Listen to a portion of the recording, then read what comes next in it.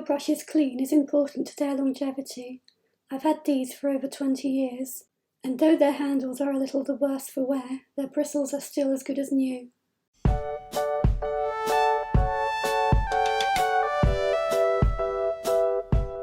For this, you will need extra virgin olive oil.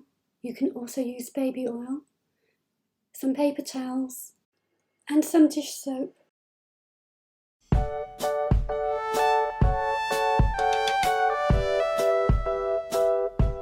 Using a rag or paper towel, we blot off as much of the paint as we can. Next, we pour some olive oil onto a paper towel, and we run our bristles through the oil, allowing it to strip more of the paint.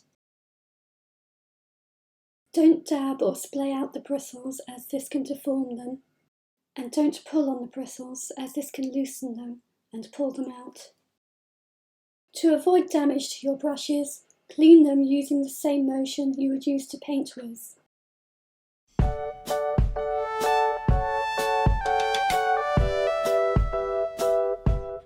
Next, we add some dish soap into the sink, and we run our brushes through it in a back and forth motion while running it under the cold tap. Keep doing this until the water runs clear. Again, try not to push down or pull on the brush to avoid damage to the bristles.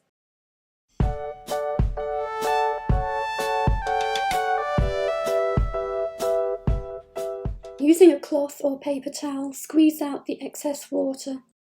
Don't leave your brushes to dry upright, as water can get trapped, loosen the glue, and even rot the wood of the handle.